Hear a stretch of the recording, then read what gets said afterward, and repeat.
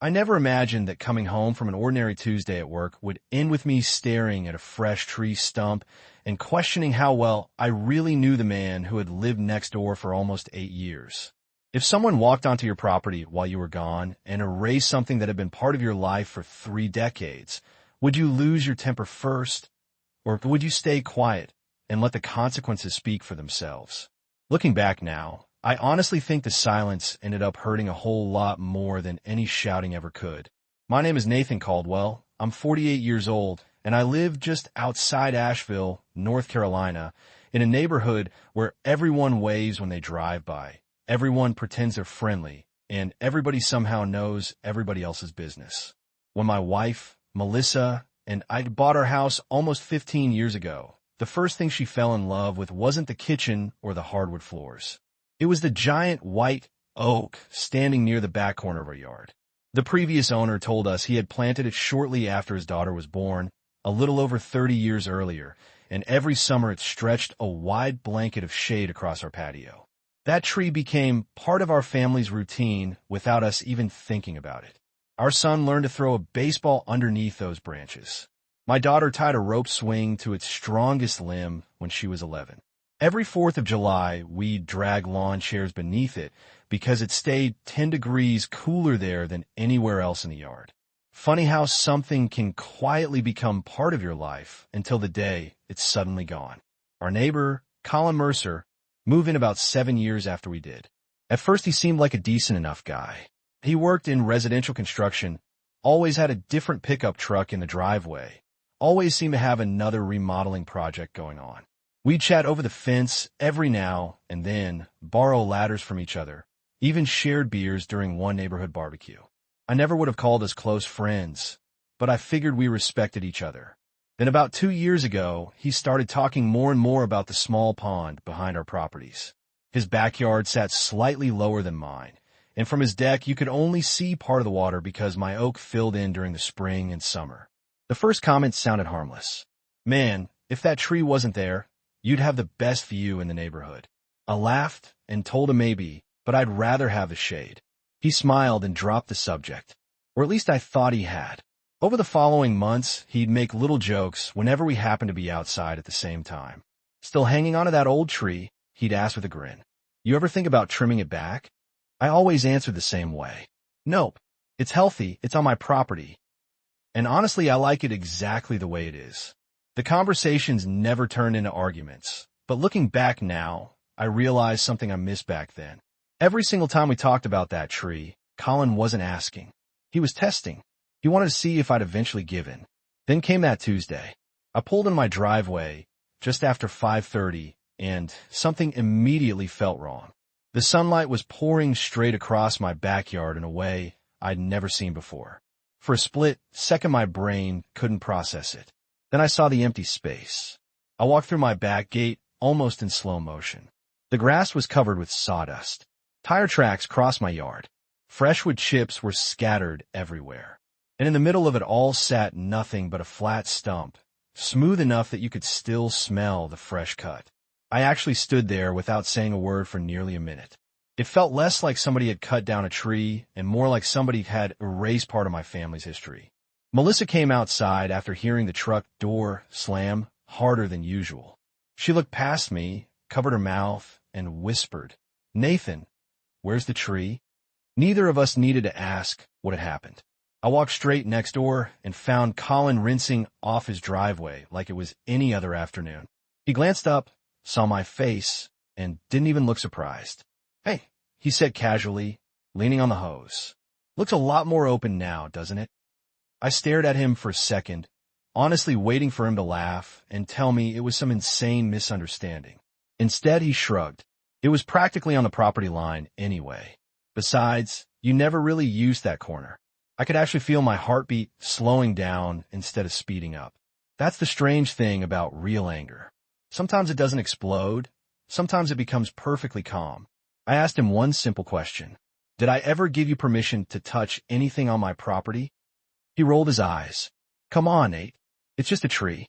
Now we both get a better view of the pond. I looked past him toward the sparkling water in the distance. then back at the empty space where 30 years of growth had disappeared in a single afternoon. In that moment, I realized we weren't arguing about a tree anymore. We were arguing about respect, about boundaries, about whether one neighbor gets to decide what's important to another. I didn't yell. I didn't threaten him. I simply nodded once and said, "All right." Then I turned around, walked back across my yard, opened the filing cabinet in my home office, and pulled out the original property survey that had been sitting untouched for nearly 15 years, because something told me this story wasn't ending with a stump. I spread the survey across my dining room table that night. While Melissa made coffee neither of us really wanted. The measurements hadn't changed in 15 years. The iron property pins were exactly where the surveyor had marked them, and the white oak sat a little more than 2 feet inside my property line. It wasn't close. It wasn't questionable. It wasn't one of those situations where neighbors could honestly disagree over where one yard ended and another began. Colin hadn't made a mistake. He had made a decision. The next morning, before work, I walked the yard with my phone and took over 100 pictures. I photographed the stump from every angle, the tire tracks pressed into the grass, the piles of sawdust the crew had missed, even the fresh scrape marks where heavy equipment had crossed my lawn. One of my neighbors across the street, an older retired school principal named Linda Foster, walked over carrying her coffee mug and quietly asked, "Did they really do that while you were gone?" When I nodded, she shook her head and said something that stuck with me for weeks. People usually don't cross a line all at once. They cross little lines until nobody stops them. She told me she had seen a landscaping truck parked outside my house around noon the previous day. She assumed I'd hired them. Nobody in the neighborhood imagined someone would hire a crew to remove another person's tree without permission. By lunchtime, I had already scheduled an appointment with a certified consulting arborist named Eric Hammond. He spent nearly 2 hours examining the stump, measuring the trunk diameter, checking old satellite images, and reviewing photographs Melissa had posted over the years that happened to include the tree in the background. When he finally closed his notebook, he looked at me and said, "This wasn't just a mature tree. This was a healthy, mature tree. There's a difference." He explained replacement value wasn't based on buying a young sapling from a garden center. A 30-year-old white oak provided shade, environmental value, soil stabilization, stormwater absorption, habitat, and increased property value. Replacing what had been lost wasn't realistically possible overnight, so the valuation reflected that. His written report estimated the loss at just under $4,000, an amount well within the limit for small claims court. I filed the paperwork 2 days later. It was surprisingly uneventful. The clerk accepted my documents, stamped the hearing date, and wished me luck. Walking back to my truck, I remember thinking that justice looked a lot less dramatic than television made it seem. There were no emotional speeches, no pounding gavels, just paperwork and patience. Colin, however, had no interest in patience. 3 days after he received the court notice, he walked in my driveway while I was changing the oil in my pickup. "Seriously?" he said, waving the envelope in the air. "You're suing me over a tree?" I wiped my hands on a shop towel and answered no. "I'm asking the court to decide what your decision cost." He laughed, but sounded forced. "You're making a fool of yourself."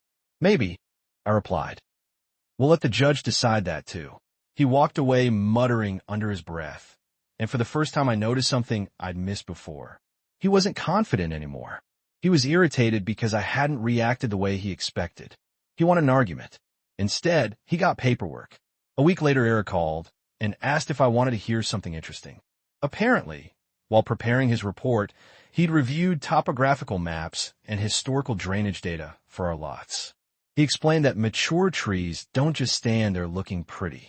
Their root systems can absorb hundreds of gallons of water after heavy rainfall, while also helping soil stay stable. Remove one suddenly, especially on slope property like ours, and water begins looking for a different path. "Your tree was doing a lot of work for free," he said. I asked if that mattered now that it was gone. "It will," he answered. "Probably sooner than either of you expects." At first I didn't think much about it. Then I noticed something after a light afternoon shower. Water no longer lingered where the tree had stood. Instead, it rolled downhill faster than before. My backyard had always drained naturally, but the exposed slope now carried runoff directly toward the rear property line. Around the same time, another issue started bothering me. Without the tree's canopy, the soil nearest my foundation dried differently during hot afternoons and became saturated much faster after rain. I hired a local drainage contractor to inspect the area, partly because I wanted to protect my home, partly because I genuinely didn't know whether removing such a large tree had created long-term problems beneath the surface. The contractor, a quiet guy named Miguel, walked the property with a laser level and immediately pointed toward the slope. "Your foundation isn't in danger today," he said, "but I'd recommend installing a French drain along this side before repeated storms start cutting channels through the soil." I asked the question that had already formed in my mind. Would that affect the neighboring property? Miguel shrugged. Gravity affects neighboring property. I'm just redirecting surface water away from your foundation and into the existing drainage easement behind the lots. Everything stays on your side until it naturally leaves your property. He pulled out permit requirements, engineering diagrams, and county regulations. Every measurement was reviewed. Every trench location was approved. Every pipe sat entirely within my property line. It wasn't designed to punish anyone. It was designed to solve a legitimate issue created after a 30-year-old root system disappeared overnight. Construction lasted 3 days. Colin watched almost every minute from his deck. Once he wandered over and asked, "What's all this?" I answered honestly, "Protecting my foundation." He frowned. "Looks expensive. More expensive than a tree," I said. He didn't answer. After the contractor finished, the yard looked almost untouched. Fresh sod covered the trenches, decorative stone bordered the drainage inlet. And unless you knew exactly where to look, you would have never guessed anything had changed beneath the surface. Life settled into an uneasy routine while we waited for the court date. Summer rolled on. Melissa planted flowers where the old tree had stood, though every evening she'd look at the empty sky and sigh without realizing she was doing it. I ordered a replacement oak, but the nursery owner smiled apologetically. "You'll get shade from this one," he said, patting the 6-foot sapling, "around the time you're ready to retire." We laughed, but there was sadness underneath it. Some things money simply can't replace. Then, almost exactly 3 weeks after the drainage system was completed, the weather forecast called for the first major storm of the season. The rain started late Friday afternoon and continued through most of the night, steady and relentless. Not violent enough to cause flooding across town, just one of those long Appalachian rains that soak every inch of ground. Saturday morning, I stepped onto my back patio with a cup of coffee. My yard looked exactly as it should. Water disappeared cleanly into the drainage system. The foundation remained dry, and the new sod held perfectly in place. I remember thinking Miguel had done excellent work. Then I happened to glance over the fence. Colin was standing ankle-deep in the lowest corner of his backyard, staring at what had become a wide patch of standing water stretching across the area where he'd recently spread fresh grass seed. The pond, he wanted a better view of, suddenly had competition. Water collected where it had never collected before, because for 30 years a massive root system had quietly slowed, absorbed, and dispersed runoff before it ever reached that point. Now, nature was simply following the easiest path downhill. I watched for maybe 10 seconds before turning back toward my house. I didn't smile. I didn't celebrate. I only had one thought running through my mind. Some lessons don't arrive with anger. Sometimes they arrive with rain. The water didn't disappear after a day or two like Colin probably expected. Even after the storm clouds moved on and the sun came back out, the lowest part of his backyard stayed soft, muddy, and saturated for nearly a week. Every time he walked across it, his boots sank a little deeper into the ground. The grass seed he'd bragged about a month earlier never really had a chance. It washed together into uneven patches, leaving behind streaks of brown soil where bright green lawn was supposed to be. By the 4th day, he knocked on my front door. Not pounded, knocked. That alone told me this conversation was going to be different. I opened the door, and for the first time since all this started, he didn't have that smug grin on his face. He looked tired. "Nathan," he said, rubbing the back of his neck, "something's wrong with my yard. Ever since you put in that drainage system, all the water ends up over here. I stepped outside with him, looked toward the fence, then back in my own yard. The drainage system is doing exactly what it was permitted to do, I answered calmly. It's protecting my foundation. He frowned. Yeah, but it wasn't like this before. I nodded. You're right.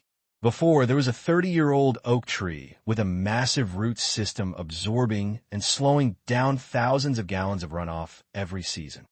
He stared at me for a long moment before asking the question I think he already knew the answer to.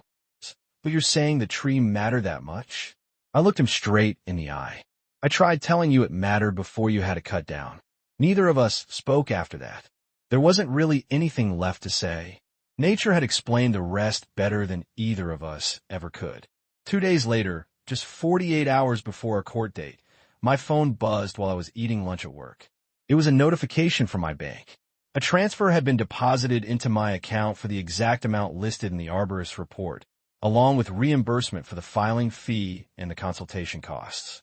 A few minutes later, my attorney friend, who had helped me organize the paperwork even though I represented myself, called and said Colin's lawyer had filed a settlement agreement asking to dismiss the hearing. He never admitted fault in writing, but he also never challenged a single piece of evidence. The survey, the photographs, the witness statements, and the arborist report had left him with nowhere to go. A week later, I saw a landscaping company unloading several young trees into Colin's backyard. They weren't replacing mine. They were planting new ones along the soggy corner where the water now collected, hoping to stabilize the soil over time. I almost laughed at the irony. The very thing he destroyed because it blocked his view had suddenly become something he desperately needed again. As for me, I planted the young white oak I'd ordered in nearly the same spot where the original tree had stood. It's still small today. Every spring it grows a little taller, every summer it throws a little more shade, and every time I mow the yard I slow down for a second when I pass it. It reminds me that some things take decades to build and only minutes for someone else to destroy. But it also reminds me that patience is stronger than anger. If I had screamed across the fence, damaged his property, or tried to get even, I'd probably have become just another angry neighbor with a bigger problem than the one I started with. Instead, I documented the facts, followed the law, protected my own property, and let reality do the arguing for me. Colin and I still live next door to each other. We wave when we have to. We keep our conversations short. And in all the years since, he has never once suggested changing anything on my property again. Funny how respect sometimes grows in places where pride finally washes away. So here's the question I want to leave with all of you. If your neighbor walked onto your property and destroyed something that had taken decades to grow, would you have gone straight to court like I did, or would you have tried to work it out face to face first? Do you think Colin simply made one terrible decision, or do you believe people who ignore someone else's property usually end up learning the hard way sooner or later? Let me know what you honestly think in the comments, because stories like this always seem to divide people right down the middle. And if you enjoy real neighborhood conflicts where patience, evidence, and a little bit of irony end up winning the day, don't forget to like the video, subscribe to the channel, and I'll see you in the next story.